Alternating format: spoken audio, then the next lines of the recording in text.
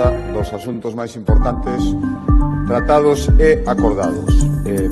O primeiro, ceses e nomeamentos na Consellería do Mar, un cese e dous nomeamentos. O primeiro nomeamento é para cubrir a vacante deixada pola actual Conselleira do Mar, antigua directora xeral de Desenvolvemento Pesqueiro. Este posto directivo estaba vacante dende a súa toma de posición como conselleira, e o que facemos agora é cubrir esa vacante nomeando a Ángeles Vázquez Suárez como nova directora xeral de Desenvolvemento Pesqueiro.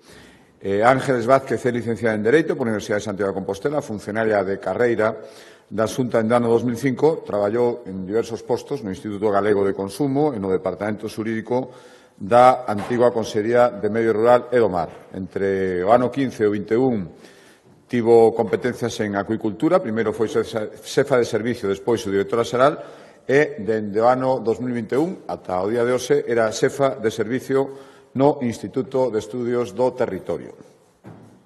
Este é o primeiro nomeamento. E o segundo é un cese a petición propia en un nomeamento. Cesamos a Patricia García, era ata agora directora xeral de Pesca, Acuicultura e Innovación Tecnolóxica na Consellería do Mar, e nomeamos en sustitución dela a Cándido Rial, licenciado en Ciencias Políticas pola Universidade de Santiago de Compostela, especializado na xestión internacional da empresa e en Dereito Comunitario.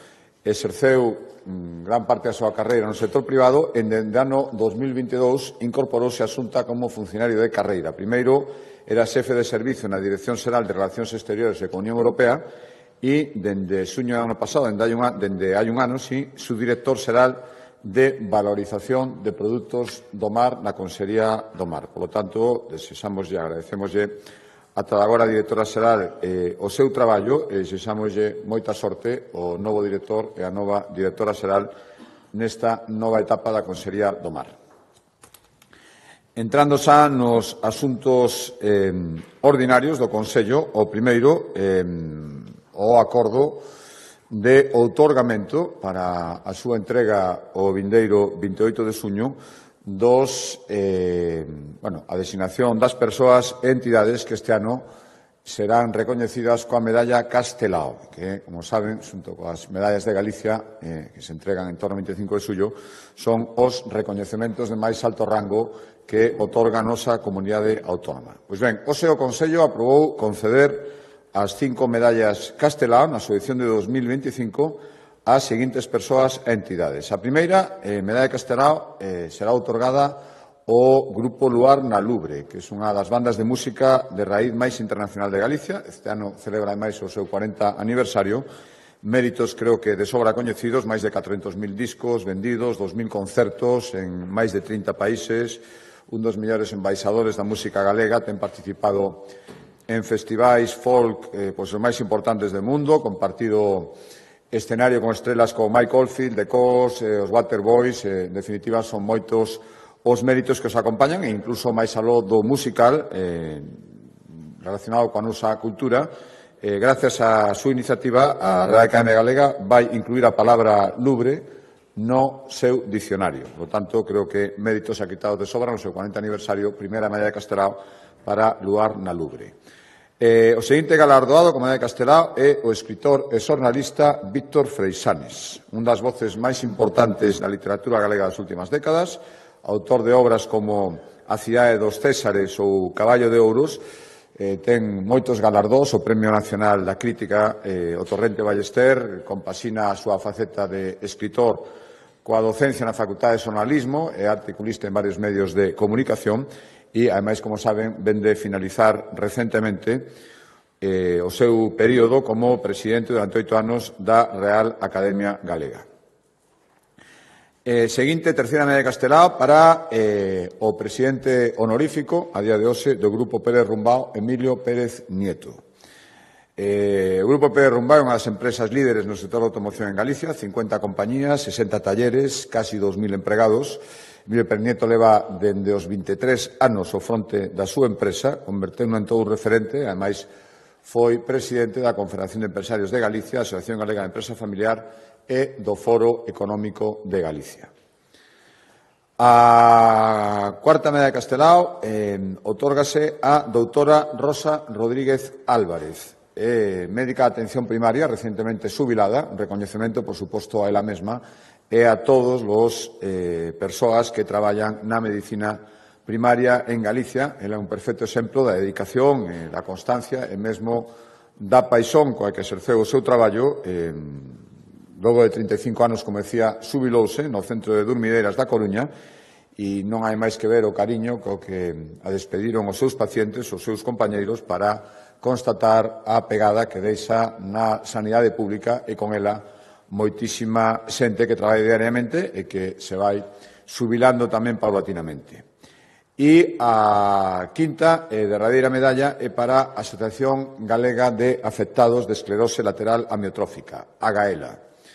Unha entidade que traballa dende o ano 2009 para visibilizar e representar os dereitos destes pacientes e as súas familias. Foi, como saben, Galicia foi pioneira e o sigue sendo a día de hoxe no apoio a estes pacientes e, polo tanto, o recoñecemento a esta asociación e as persoas que sufren, son enfermos dela en Galicia. Creemos que algo obrigado, moi merecida esta medalla como as outras 4. Como decía, a entrega vai se realizar o vindeiro 28 de xuño, día que coincide co aniversario do primeiro Estatuto de Autonomía de Galicia e co regreso á nosa comunidade dos restos de Castelao. Cambios a asuntos máis ordinarios, a proposta da Consellería de Presidencia, un acordo que ten que ver, ademais é un compromiso anunciado que materializamos agora, de seguir mellorando o transporte público por estrada na nosa comunidade. Xa saben que os menores de 21 anos e os maiores de 65 poden xa viaxar de balde no transporte interurbano en Galicia e, como decía, un dos nosos compromisos era reforzar as conexións directas entre as principais cidades galegas, as chamadas liñas Conecta. Pois o que facemos hoxe é darlle o visto bo a posta en marcha dunha nova liña de autobús que vai unir Ferrol e Lugo. Unha única parada tería no Concello das Pontes, 4 servicios diarios, e isto vai supoñer reducir a 1 hora e media un traxecto que a toda agora está supoñendo 40 minutos a maiores. Son 28 novos servicios, como decía, 4 días, entre ambas cidades a semana que se engaden, ademais cun aforro de tempo importante. Cambio de asunto, de Consellería, proposta da Axencia Galega de Turismo. Hoxe o Consello declarou 4 novas festas de interese turístico en Galicia. Son a Festa da Semana Santa do Carbaíño, que dende o ano 1893 se ven celebrando con unha serie de peculiaridades propias, composición musical e singulares. Xa sería a primeira. A Festa das Carrozas de San Cidre no Concello de Boqueixón ten medio século de vida e pon en valor os traballos tradicionais do agro con carrozas construídas de xeito artesanal.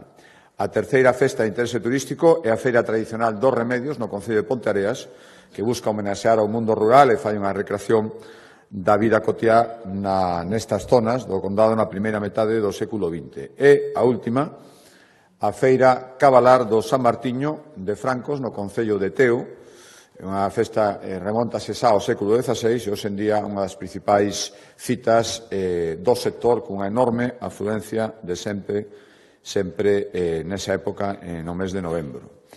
Con estas 4 declaracións, Galicia vai contar con 142 festas de interese turístico, un atractivo máis para atraer visitantes, ademais contribuir á desestacionalización. Moitas delas celébranse nos meses non centrais dende o punto de vista turístico.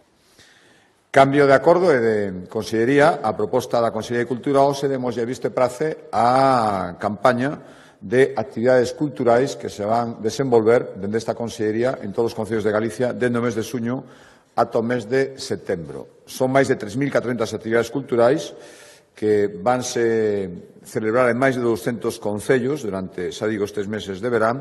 É a maior oferta cultural para o período estival en Galicia que se fixo nunca, con tantas actividades e un número tan importante. Ademais, está xa baixo o ámbito do que está obrigado na lei, da Lei de Cultura Inclusiva, dirixida a todo tipo de públicos, de cativos a maiores, prácticamente todas as disciplinas culturais e, xa digo, unha parte moi importante do noso territorio. Por dais algún dato máis, 700 actividades máis que no ano 2024, xa decía que era o ano onde máis oferta cultural vai haber. O ano 24 xa fora un ano de récord, pois este vai ser con 700 actividades máis o ano con máis oferta. 1.300 actos vencellados ás artes escénicas, á produción audiovisual, aos espectáculos na rúa, e haberá 500 actividades de dinamización cultural en museos, en arquivos ou en bibliotecas, ou, por exemplo, outra cifra máis de 40 exposicións. Poñeremos en marcha inmediatamente unha campaña informativa que vai so lema para gustos cultura, que dará a coñecer toda esta oferta cultural que se vai desenvolver, xa de xeito inmediato, en máis de 200 concellos galegos. Cambio de acordo de consellerías, acordo referido a un monumento senlleiro, patrimonio da humanidade, estou falando da Torre de Hércules, no Concello da Coruña. Estamos a piques de rematar na Axencia Galega de Turismo un proxecto, vai se licitar antes de que remate o verán, obras de mellora, imos facer na contorna da Torre de Hércules por 1 millón de euros, e, por tanto, isto irá dirixido ao edificio en sí, pero ao mesmo tempo, e en realidade é obxecto do acordo de OSE, aclaramos declarar a Torre de Hércules e o seu entorno como un espazo natural de interese local, os chamados ENIL.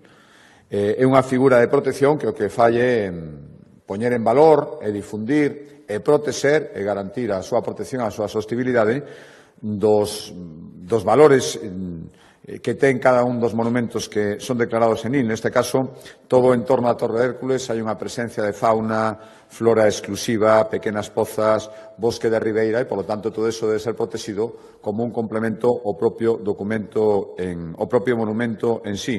É o segundo ENIL que se declara no Concello da Coruña. O primeiro foron as Illas de San Pedro, e xa digo que o objetivo é velar pola diversidade e a riqueza natural desta zona e compaxinar todo iso, por suposto, cun disfrute polas persoas que vayan visitalo. Ao final, a declarada zona ENIL, que xa digo que o entorno da Torre de Hércules, estará ao redor dos 40 hectáreas que van dende a Praia das Lapas ata a cala de Durmideiras. Cambiando de consellería, hoxe aprobamos, dentro das accións que está acometendo a Xunta de Galicia, a Consellería do Mar, frente ao descenso constatado, especialmente en algunhas zonas da produción dos bancos marisqueiros. Recordarán que a semana pasada anunciábamos un proxecto para recuperar o cultivo da ostra en Galicia. Hoxe, seguindo nesta liña, acordamos asinar un convenio co CSIC, o Consello Superior de Investigaciones Científicas, para facer un estudo sobre alimentación dos bivalvos en toda a zona da enseada de San Simón. Aquí está tamén producíndose un descenso das producións, son 234.000 euros, é a primeira investigación que se vai facer sobre a alimentación destas especies, e o que queremos é analizar se os bivalvos nesta zona teñen suficiente alimento ao longo de todo o ano e ver que factores están influindo na baixada da produción respecto a outros anos. Sigo no sector primario, cambio a medio rural. Hoxe acordamos, estamos, como saben, achegándonos, de feito, xa estamos na tempada, esta semana vai a ser ademais de altas temperaturas, na tempada de máis alto risco de incendio, seguimos tomando todas as disposicións para que os dispositivos estén plenamente operativos. Saben que temos, dende hai anos, un convenio co Ministerio de Defensa para patrullas do Exército, patrullas terrestres de vixiancia nas zonas máis sensibles. O que facemos é, os acordamos, renovar este convenio e aumentar a súa cantidade ata os 550.000 euros para, isto vai supoñer que 5 novas patrullas se incorporen ao operativo. Serán un total de 35, estas 5 novas ademais irán á provincia de Ourense, as zonas de máis actividade incendiaria. Van a estar operativas estas patrullas, empezarán a traballar o 15 de agosto e estarán ata o 30 de setembro. Cambio de acordo de consellería, hoxe acordamos convocar axudas para seguir promovendo a comercialización de produtos artesáns galegos que estén no selo Artesanía de Galicia. Serán 265.000 euros, basicamente para tarefas de difusión, que poden ir dirixidas aos propios artesáns, que poden recibir ata 8.000 euros de xeito individual para participar en feiras e actividades de difusión dos seus produtos. Tamén os concellos que organicen feiras de artesanía poderán ter axudas ata 18.000 euros e as asociacións de artesanos tamén 18.000 euros para organizar eventos relacionados coa difusión dos produtos que estén no selo Artesanía de Galicia. Cambio non de consellería, pero xa relacionado con outras competencias da Consellería de Emprego, dentro, xa foi obxecto de outros acordos deste Consello, dentro da liña marcada pola Xunta de Galicia de asustar cada vez máis a formación e os recursos que dedicamos á formación ás necesidades reais formativas das empresas, o que demandan, por tanto, asustar o que se paga con cartos públicos en formación, o que realmente é a formación que se demanda, acordamos destinar 2 millóns de euros a unha nova convocatoria de axudas para actividades de microformación, que son aquelas de curta duración, dirixidas a unha formación, unha materia moi concreta que demandan de xeito rápido as empresas para, normalmente, o persoal que se está traballando nos seus tecidos productivos. E, por lo tanto, o que queremos con estes 2 millóns de euros, o cálculo é chegar a uns 1.500 traballadores a través destas formacións que van a estar elaboradas a carta, participando directamente nesta elaboración as propias empresas. Queremos chegar, xa digo, 1.500 traballadores e ao redor de 130 empresas nas que traballan todas estas persoas. As axudas para a microformación, xa digo que son accións cortas, sinxelas dentro da súa organización, poden recibir ata 25.000 euros para estes cursos de corta duración e ímonos centrar no que agora mesmo nos sectores que máis están demandando este tipo de formación, que son todo o que ten que ver coas TIC, o mundo digital, o industrial e as tecnoloxías e enerxías renovables. Cambio de acordo, hoxe coñecimos, demoslle o visto bo o peche dun proceso que empezou a semana pasada e que foi a emisión de bonos sostibles, é dicir, para financiar investimentos sociais subvencionados a economía verde, que a Xunta de Galicia fixo a semana pasada por un valor total de 500 millóns de euros para financiar parte da débeda autonómica, da débeda viva. Recorden que este ano imos a obxectivo de déficit cero, a débeda que está viva, un refinanciamento, 500 millóns de euros. E temos que decir, hoxe pechouse o proxecto, que é cun elevadísimo nivel de aceptación. Podería terse colocado o triple do que ofertaba a Xunta de Galicia. Isto tendo en conta que hai comunidades autónomas que tardan moito tempo, foi nunha sola mañán, moito máis tempo en conseguir colocar as súas emisións de bonos. Fíxose en menos dunha xornada, hubo demanda polo triple do ofertado e isto, lóxicamente, redunda no tipo de interés que consiga a Xunta de Galicia. Foi un 2,8%, que a día de hoxe é o tipo máis baixo conseguido por ninguna comunidade autónoma nas emisións de débeda que fixeron durante este ano, o cal fala ben as claras da confianza dos investidores na economía e finanzas da Xunta de Galicia. Hubo, xa digo, unha amplia demanda de investidores, máis do triple, o 65% do estranxeiro, destacando as ofertas que chegaron de Portugal e principalmente de Alemania. Cambio de acordo e de consellería. Seguimos, como todos os consellos, con acordos para cumprir ese objetivo de duplicar o parque público de vivendas. Nesta ocasión, na cidade de Lugo, xa temos en marcha, a día de hoxe, máis de 2.200 vivendas repartidas nas 7 cidades galegas. E ora en Lugo, onde, como na maioría dos outros concellos das grandes cidades, acadamos un acordo para a cesión de parcelas a cambio de que a Xunta de Galicia promova vivendas públicas en riba delas. No caso de Lugo foi unha permuta, en total 6 parcelas para construir 137 vivendas por un valor total de 21 millóns de euros. O acordo que tomamos hoxe afecta a 4 desas 7 parcelas, onde irán 63 vivendas de promoción pública, no barrio de Paradai, e o que fixemos hoxe foi licitar os proxectos. En canto estén redactados os proxectos, licitaremos as obras e cumprimos tamén coa cidade de Lugo, onde recordo ademais que estamos a facer unha Promoción moi potente na zona de Galabolos, 460 inmobles de promoción pública, aparte estos 137 nas parcelas que permutamos co Concello. Cambio de acorde de Consellería, Política Social, decía que a Gaela é unha das galardonadas coa Medalla de Castelao este ano e decía tamén na introdución, na referencia a esa asociación, que Galicia foi pioneira e a día de hoxe seguimos sendo a única comunidade autónoma que ten unha axuda establecida, periódica, para axudar os enfermos dela e as súas familias nos gastos moi considerables que teñen que soportar por esta enfermedade, ademais de outras medidas que creo que son moi importantes. Somos a primeira comunidade tamén donde existe un proceso específico para acelerar tanto o diagnóstico dela, cando pode haber algunha sospeita, como despois a valoración do proceso de dependencia subseguinte.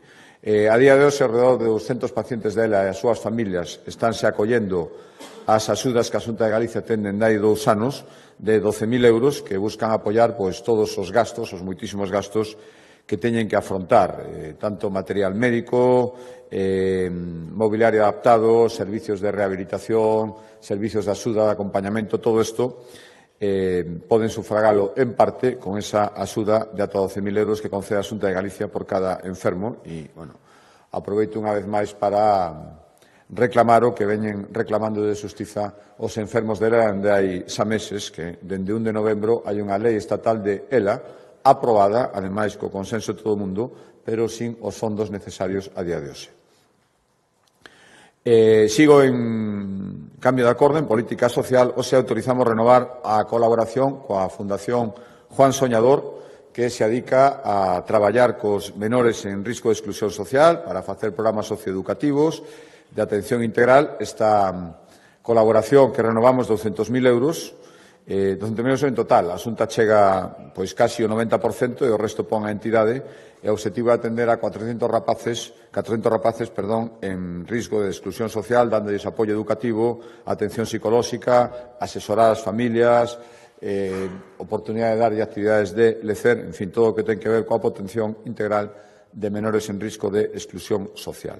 E outro acordo en materia de política social, recordarán que hai unhas semanas tomáramos a determinación tamén en Consello de solicitar ao Consello Consultivo un dictamen sobre a posible inconstitucionalidade do decreto aprobado polo Goberno no mes de marzo no que se regula a distribución e posible traslado dos menores non acompañados dos MENAS en todo o territorio do Estado e, polo tanto, tamén na nosa comunidade autónoma. Xa dixemos nese momento que os criterios de reparto que non coñecimos simplemente o resultado final, a falta de planificación, a falta de financiamento, poñía en serio risco o sistema de protección do que está establecido en Galicia, a súa dimensión e o seu financiamento, que a día de hoxe está garantido. Logo de recibido o dictamen do Consello Consultivo, acordamos, foi o acorde que tomamos hoxe, interpoñer un recurso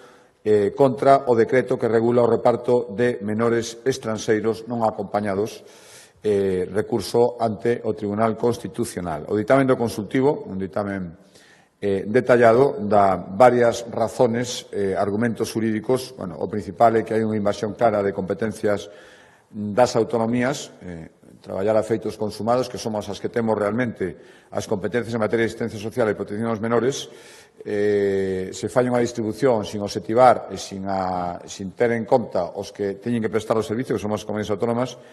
Insisto, mesmo o Consello Consultivo cuestiona a figura empregada do decreto lei. Por lo tanto, imos recurrir unha norma que claramente presudica o sistema de protección da infancia. Lamentamos que non se fixera de outra maneira. Volvo a insistir no que temos dito sempre. Galicia non se vai nunca negar a ser solidaria. En momentos en que esta cuestión se puso en solfa en outras comunidades autónomas, nos o tivemos sempre claro, pero por eso demandamos que as cousas se fagan ben con planificación e con financiamento.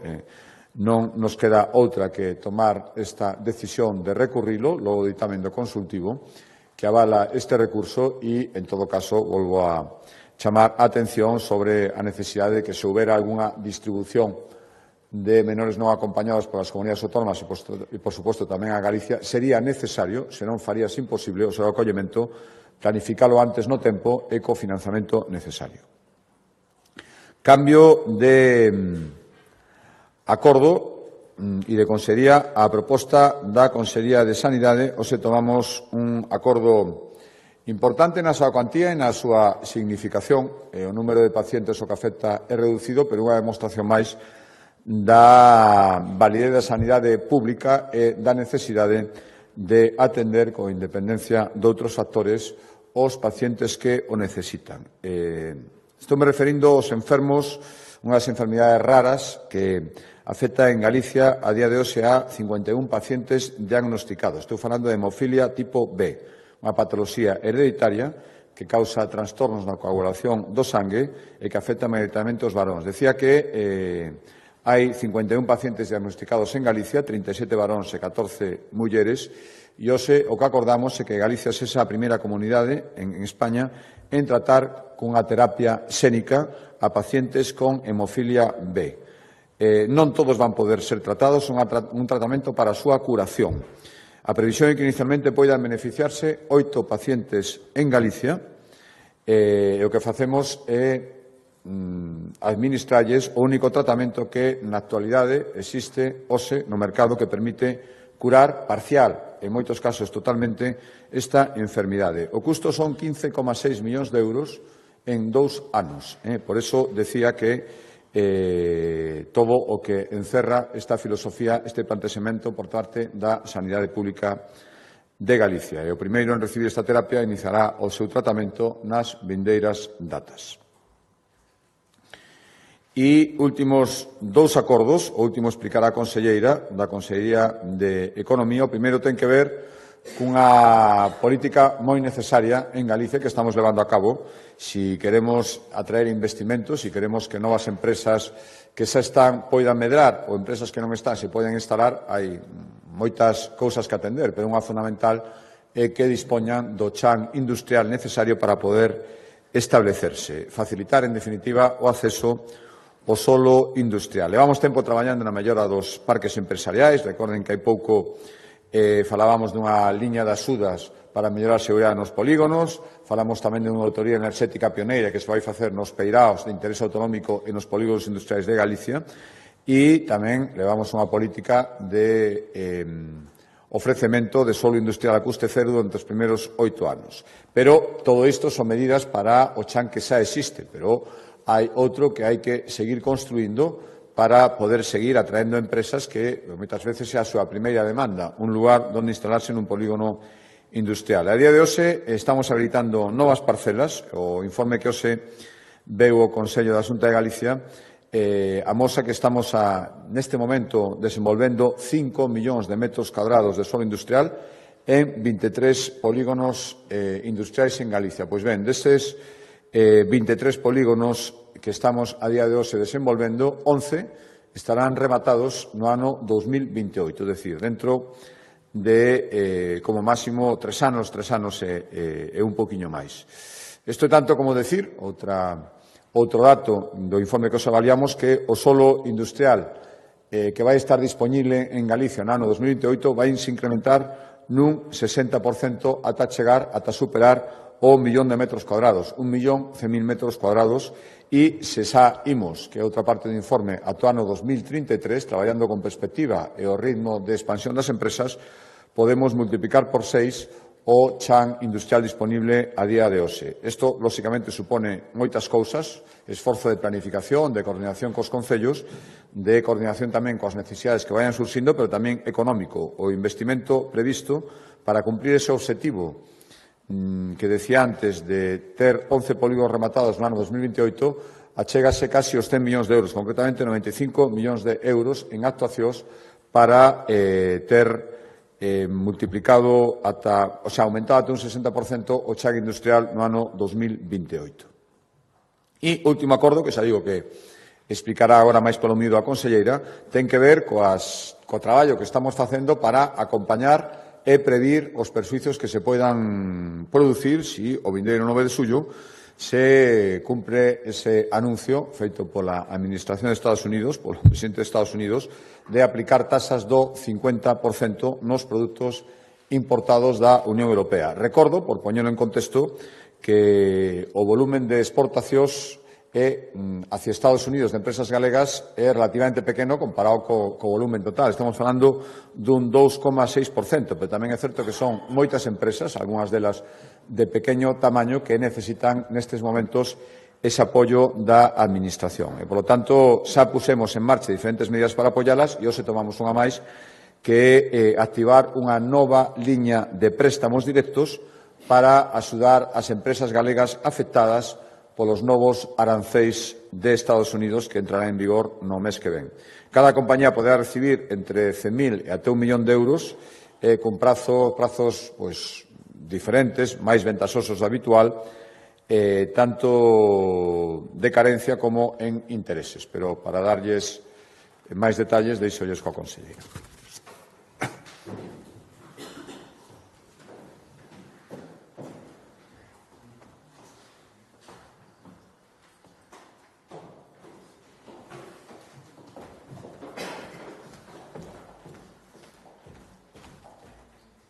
Pois bo día, grazas, presidente. Como dicía o presidente, pois estamos nun momento de incerteza internacional onde hai decisións como esta que mencionamos tomadas a moitos kilómetros pero que poden afectar de xeito directo e inmediato o noso tecido productivo. Por iso, pois, entendemos que é clave ter unha resposta coordinada dende o primeiro momento coas empresas galegas que están máis expostas a esta política arancelaria. E todo isto partindo de que saben que para a Xunta de Galicia é clave neste momento apoiar como unha auténtica necesidade estratégica a internacionalización das empresas porque soamente isto vai garantir o crecemento consolidado e sostido do noso tecido económico. Bueno, Galicia, por contextualizar, ten motivos suficientes, pensamos, para afrontar esta nova situación con confianza. Mencionaba o presidente os datos. Os datos exportadores de Galicia son magníficos, o foron a finais do ano 24, e do que vamos coñecendo ao longo do 2025 continúan esta senda boa. No mes de marzo do ano 2025, que é o último dato que coñecemos, superamos xa os 2.746 millóns de euros de exportacións, é dicir, que estamos xa nun 12% máis que o ano anterior. E Galicia continuamos liderando e mantendo unha posición destacada en todo o panorama exportador estatal. Representamos actualmente un 8,1% do total das exportacións españolas en marzo de 2025. Co cal, pois, como digo, a fortaleza da nosa economía e a capacidade do noso tecido empresarial para competir é evidente con estes datos. A partir de aquí atopamos esta situación. O 2 de abril de 2025, Estados Unidos anuncia esa imposición dese arancel recíproco do 20%, que saben que posteriormente suspendeu durante un prazo de 90 días, que é o período no que nos atopamos. Compre lembrar que esta non é a primeira vez que nos afrontamos a barreiras arancelarias por parte dos Estados Unidos e por parte das exportacións galegas. No ano 19, xa baixo a anterior administración Trump, introducíronse gravámenes do 25% a determinados produtos agroalimentarios, por exemplo, o viño. Isto provocou certamente caídas de exportacións durante os 2 primeiros anos, pero a recuperación no ano 21 foi dun 35,8%, co cal se demostrou aquí o que estou dicindo, a capacidade de adaptación que ten o noso tecido empresarial. No contexto actual, o impacto esperado dos aranceis pensamos que vai ser máis contido. Dicía o presidente, Estados Unidos representa actualmente aproximadamente un 2,58% das nosas exportacións totais. O noso mercado principal segue sendo a Unión Europea. E segundo as estimacións realizadas polos nosos servicios técnicos, esta medida nova de Trump podería supoñer unha caída dun 0,52% do total exportado desde Galicia, uns 160 millóns de euros. Cal é a situación actual das exportacións galegas a Estados Unidos no que vai de ano? Pois, de momento, as cifras continúan sendo moi boas. As exportacións de Galicia a Estados Unidos no mes de marzo de 2025 foron 52,84 millóns de euros. É dicir, temos un crecemento dun 40,6% respecto do mesmo mes no ano 2024. E no primeiro trimestre, no seu conxunto de 2025, chegamos a 161 millóns de euros, é dicir, unha subida dun 4,7% con respecto ao período anterior. Polo tanto, a diferencia de outras comunidades autónomas, Galicia chega a esta situación dende unha situación de fortaleza, cun superávit comercial sostido, exportamos máis que importamos e temos un modelo económico que cada vez está máis diversificado e con capacidade de resposta ante choques externos. Sin embargo, non podemos subestimar, por suposto, o efecto destas medidas, sobre todo, o dicía o presidente, sobre determinados sectores e determinado tipo de empresas que sí teñen dependencia do mercado estadounidense.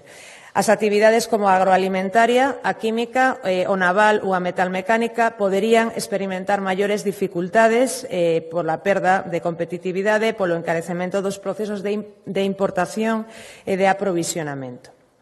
Ben, pois neste contexto no que estamos, como saben, poñendo en marcha un conxunto integral de medidas que están diseñadas sobre todo para diversificar mercados, para facer un asesoramento internacional ao tecido productivo e para o financiamento das empresas afectadas. Todas estas medidas, o plan de resposta aprobado pola Xunta de Galicia está coordinado co Goberno de España, está actualmente incluído no plan ICEX de alto impacto para a competitividade. O núcleo central das medidas financeiras impulsadas pola Xunta son estes préstamos presentados ao Consello da Xunta de hoxe, unha nova liña de préstamos directos do IGAPE, especificamente deseñada para as empresas galegas afectadas polos novos aranceis estadounidenses. Esta nova liña integrase na liña xeral de financiamento empresarial, que saben que é única, que ten o IGAPE e que está dotada actualmente con 50 millóns de euros ampliables en todo caso. O obxectivo é dotar de liquidez a longo prazo as empresas afectadas polos aranceis, facilitando a transición cara a mercados alternativos sen comprometer a súa viabilidade nin a continuidade da súa actividade productiva.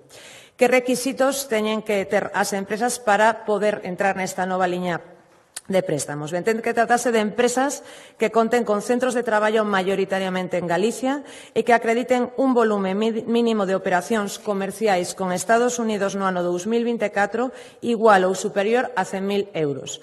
Ou, alternativamente, poderían ser empresas cuxas exportacións e ou importacións co mercado estadounidense representen máis do 10% das súas vendas totais, calquera dos dous requisitos. Esta formulación pensamos que garante que os fondos cheguen realmente ás empresas que están máis expostas e incorpora, ademais, certa flexibilidade para atender as distintas casuísticas sectoriais. A nova liña permite operacións de financiamento de circulante entre 100.000 e 1 millón de euros por empresa, cun prazo máximo de 12 anos e unha carencia de ata 4 anos. Isto supón o doble da carencia habitual. Esta ampliación do período de carencia responde directamente ás peticións que foron formuladas polos distintos sectores cando traballamos con elas en distintos encontros esta liña. O tipo de xuro pode ser a selección da compañía fixo ou variable, segundo se escolla, e en calquera caso aplicarase sobre o tipo de xuro correspondente unha bonificación de ata 5 puntos porcentuais sobre o tipo cos límites permitidos polo réxime de minimis. Esta liña se resolve por de entrada das solicitudes que cumpran ou que entren nalgúno dos dous requisitos, é dicir, concurrencia non competitiva para garantir a operatividade e a axilidade.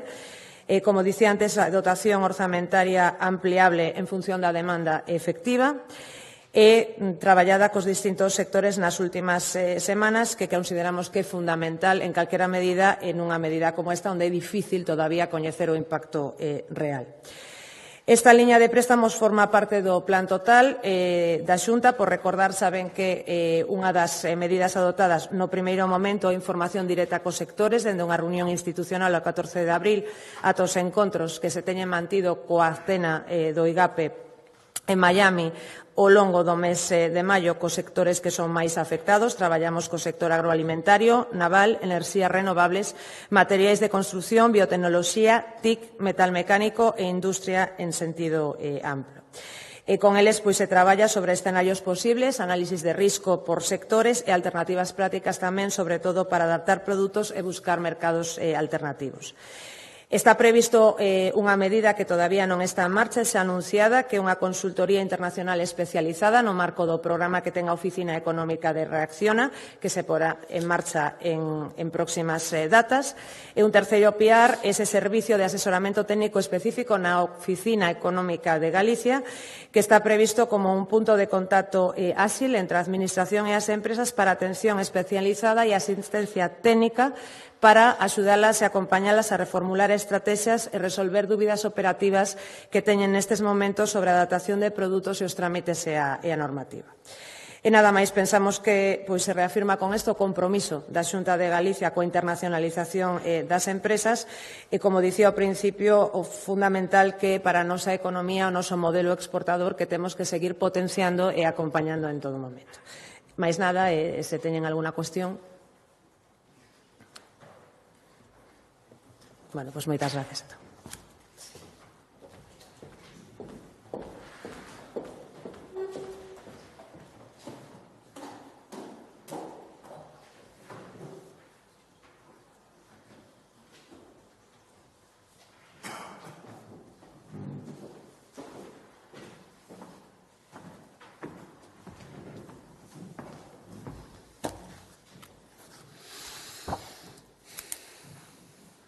Bos días, presidente. Bos días. Dúas cuestións, hai unha executiva do Partido Socialista, aínda non compareceu o presidente, pero en todo caso, se os cambios que se albiscan no Partido Socialista cree que son suficientes para tallar esta crise. Noutra orde de cousas, quería preguntarlle tamén se comparte as palabras do reitor da Universidade de Santiago, nas que dicía esta fin de semana que non é razoable que haxa máis facultades de medicina aparte da de Santiago. Gracias.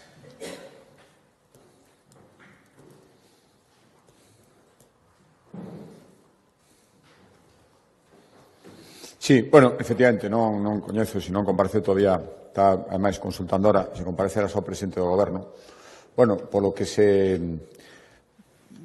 pode ir sabendo, non, algunha filtración do que podería anunciar, o presidente do Goberno, na miña opinión, equivocouse, por decirlo suavemente, directamente, non contou a verdade o xoves pasado e si sigue pensando que todo isto se pode circunscribir a un tema do Partido Socialista que non ten nada que ver co Goberno, cando que estamos falando de adxudicacións, de mordidas que se planificaban no partido, nada máis que os sucesivos números 2 do partido durante anos para que se executara o Goberno, se pensa que todo isto é un tema de partido e non influye nada máis, pois o presidente se estará equivocando e cada vez estará poñendo as cousas peor. Por tanto, eu agardo que se sexa consciente de que, primeiro, esa estrategia de decir que ali ninguén se enteraba de nada e que é un tema circunscrito ni siquiera o partido, a 2 ou 3 do partido e nada máis, eso non é certo e creo que a día de hoxe ningún español e creo que ningún galego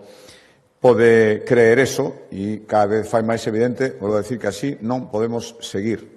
Está un goberno absolutamente paralizado, atenazado, pendente da seguinte revelación, non centrado en absoluto en gobernar e cada vez, me temo que o veremos durante estes días, máis pendiente dos horizontes judiciais e máis sometido a chantaxes dos seus socios. Respecto á segunda pregunta, mire, a mí a día en este momento que me parece razoable e ademais moi necesario é cumprir, desenvolver os acordos que rixen o escenario actual. O escenario actual é que a formación dos médicos ten que estar descentralizada, hai que aproveitar todo o potencial dos centros de formación que temos principalmente nos hospitais galegos de todas as cidades, por suposto, non só de Santiago, eso ir estendendo. E creo que ese esquema é o que debemos explotar nestes momentos e creo que eso está suxeito a bastante marxen de mellora, na miña opinión.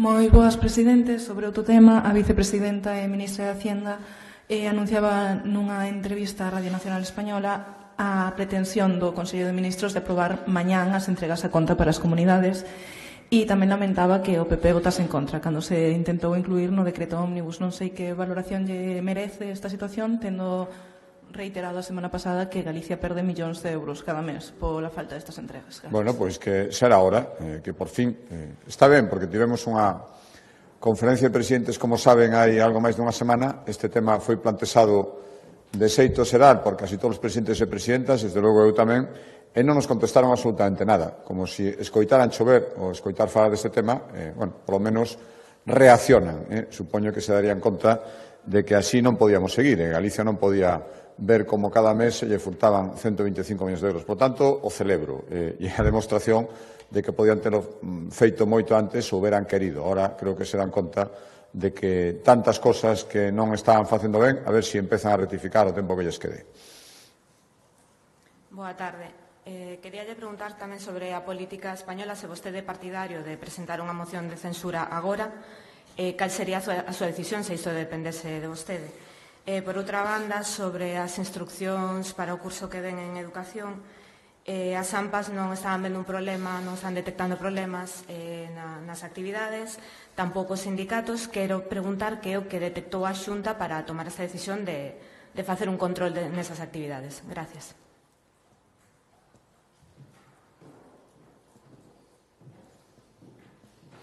Sí, pregúntame a miña opinión persoal, é complicado, en algo no que non teño ninguna capacidade de decisión. Eu creo que, amigo, que o que lle pido culpa a moitísima xente é efectivamente un cambio no goberno, e ese cambio o máis rápido, se non queren, se o presidente, se unha potestad do presidente, como todos sabemos, que convocar eleccións, unha moción de censura. Outra cousa é que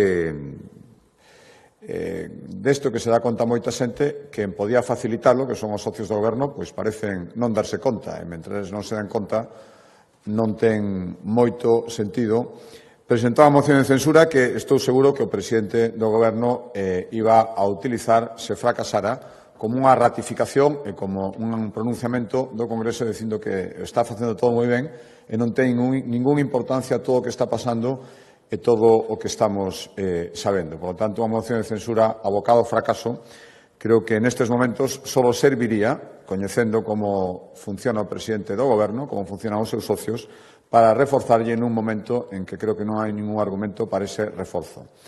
E a segunda pregunta, bueno, pois se non hai ningún problema e se hai un consenso xeral, pois a que habería que ver sobre que non hai ningún problema de neutralidade ideolóxica no ensino público, nin ningún problema de necesidade de reforzar a autoridade dos docentes, pois entonces todos satisfeitos, os que creen que todo iso xa se produce e os que creemos que hai que asegurar que iso se produzca en todo caso. Por lo tanto, este é un exemplo de onde todos vamos a estar satisfeitos. Boa tarde, presidente. Dúas cuestións. A primeira é se comparte as críticas do Partido Popular hacia as festas de Santiago, dicindo que son as peores festas de Galicia. E tamén, a este respecto, as críticas que hai desde algúns sectores a que estas declaracións se fagan, según eles, como patrimonializando o que é o Son do Camiño, non? Que recibe subvencións da Xunta. E a segunda cuestión é respecto a novas asociacións de pacientes que o venres pasado presentaron a queixa colectiva ante a Valedora do Pobo, denunciando que o sistema buzón, o que eles din que é un sistema de citas en data, pois vulnera os seus dereitos. E piden á Xunta que remate con este sistema. Saber se desde a Xunta valoran poñerlle fin. Gracias. Sí, mire, o contrario do que fan algúns alcaldes e alcaldesas, eu non quero criticar as programacións. Usted me pregunta por programacións festivas. Bueno, pois non o vou facer. Me gustaría que as veces críticas que recibimos neste sentido, pois recibo o mesmo trato, pero non pasa nada, non vou facer, en todo caso, nos obriga como Xunta de Galicia, e máis achegándose datas tan importantes como as do 27 do Xacobeo, conseguir facer a mellor, ou se traíamos a promoción da Consellería de Cultura durante este brao, facer a mellor programación, as mellores festas posibles, e alegro-me moito de que, efectivamente, un festival como Son do Camiño, a Xunta colabora, non só a Xunta de Galicia, pois que fora o éxito que, sinceramente, creo que foi. Por lo tanto, eu intento responsabilizarme daquilo no que temos participación, e os demais, se o fan mellor ou peor, se o fan peor, pois que melloren. E a outra pregunta, bueno, mire, desde logo, todas as disposicións que toma a Xunta de Galicia en materia de sanidade, que eu sempre digo, sempre se pode mellorar en sanidade, son intentando que funcionen o mellor posible. Tanto, se hai unha crítica a unha plataforma, a unha asociación de pacientes, non sei se está justificado ou non, pero estou seguro que se a Consellería de Sanidade o mantén é porque cree que funciona. E se hai que mellorarlo, estou seguro que tamén o fará. Gracias, presidente. Quería preguntarlle por esta tese que enunciaron no fin de semana José Ramón Gómez Besteiro e María Jesús Montero sobre que a corrupción pode aparecer en calquera entidade política. Quería preguntarlle se a comparte ou non. Gracias. Bueno, cando hai anos, cando facían denuncias respecto a outros partidos, o meu partido non pensaban iso en absoluto. Pensaban que isto só podía ser unha circunstancia que se producira no Partido Popular e que, por suposto, o Partido Socialista estaba libre de toda sospeita ou de toda culpa. Sabimos que non é así, pero, bueno, eu tamén, escoitando o portavoz do Partido Socialista estes días, dicindo que está absolutamente satisfeito e cree que a comparecencia do presidente do Goberno, que eu creo que non lle convenceu nin a él, nin ao propio presidente do Goberno, a comparecencia que fixo Sobes, está perfecta, pois, bueno, réstalle moita credibilidade para opinar destas cousas, non? Pero, bueno, xa non o digo eu, xa o digo os seus algúns alcaldes do Partido Socialista bastante significados que, despois de que el dicir unha cousa, saliron dando a súa opinión que non coincida demasiado coa súa.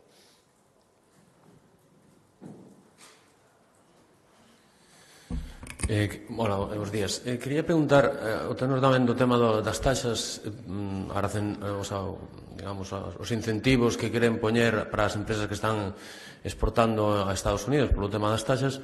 Quería saber, preguntarlle unha valoración sobre o que está acontecendo no Oriente Medio, porque, se continúa un pouco os ataques do goberno sionista Netanyahu contra o islamista de Irán, pode dar lugar ao peche do Estreito de Hormuz e a caída a subida aceleradísima do precio do petróleo. Non sei se está tamén a Xunta traballando neste escenario. Digo porque algúns gobernos europeos xa o están poñendo en riba da mesa. E depois tamén quería comentar sobre unha noticia que saiu hoxe, que o 23% dos participantes no Congreso do Partido Popular que vai a reelixir outra vez a Feijóo son galegos, é dicir, casi un de cada 4. Entón, quería preguntar que pensa vostede desta numerosa afluencia de afiliados galegos a este Congreso. E despois tamén unha última relacionada con, hoxe hubo comparecencias do PSOE e do Bloque, e insisten en que vostede ten que comparecer por o tema do exconselleiro cesado de Villares, e piden, ademais, que se instale un comité de crisis, dado que hubo xa en as últimas semanas varios casos de violencia machista, incluso algunhas mortes, a última este fin de semana. Non sei se cree vostede que se debe poñer en marcha ese comité de crisis. Gracias. Sí, vamos a ver. A primeira, a ver si apuntei ben todas. Sí, claro que motivo de preocupación o que estamos vendo esa escalada bélica nunha zona tan sensible, ademais, e ademais entre dous países tan significados, claro que é preocupante. E primeiro, do punto de vista humano, estamos vendo escenas terribles e tamén do punto de vista das repercusións económicas. Eu, o cagaro tamén, vostede me preguntaba se estamos tomando medidas, citaba varios países. Espero que as este tomando, polo menos valorando, o goberno do meu país, competente en política exterior, aínda que todos podemos supoñer que nestes momentos está ocupado noutras cousas, pero espero que alguén se este ocupando deste tema. E claro que nos preocupa, e nos chegado o momento, allá que non fora o caso, intentaremos facer o mesmo que anunciamos hoxe respecto ás medidas en Estados Unidos, axudar as nosas empresas se que esta situación lles leva a un escenario de especial dificultade na súa actividade de comercio normal. A segunda, non coñezo exactamente o dato, 23% dos compresarios, non sei, a verdade é que non lle dediquei atención a porcentaxe total. En todo caso, é unha porcentaxe importante e iso que demostra é a potencia e a presencia e a importancia do Partido Popular de Galicia dentro do contexto nacional. Eu alegro-me moito de que sexa así, de que teñamos esa especial representación e potencia. En todo caso, todo o que ten que ver co Congreso, que eu espero que sirva para relanzar unha opción política, e eu espero que sexa a que goberne en España cando se convoquen eleccións, digo, por algunha cousa que está salindo a nivel interno. Creo que é moito máis o momento de mirar afora, é un bon momento para cambiar estatutos, facer ajustes, pero creo que ahora mesmo os españois e os galegos agardan que isto teña unha proxección exterior e que sirva para facer frente á situación actual, máis que perdernos, o digo por si Una pregunta, ¿con esa representación va a forzar algún tipo de votación? Creo que son cuestiones internas que en este momento, para mí por lo menos, como presidente de ese Partido Popular que vaya a aportar tantos compromisarios, sinceramente creo una cuestión secundaria. Y a última pregunta era...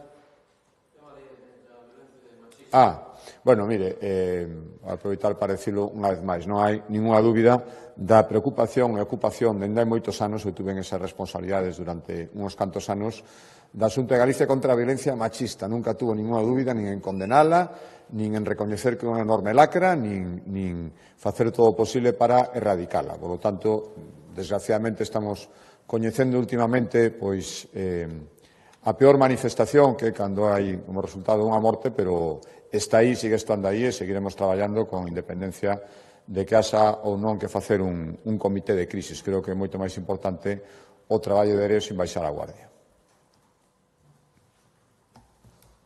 Moi ben, moitas gracias.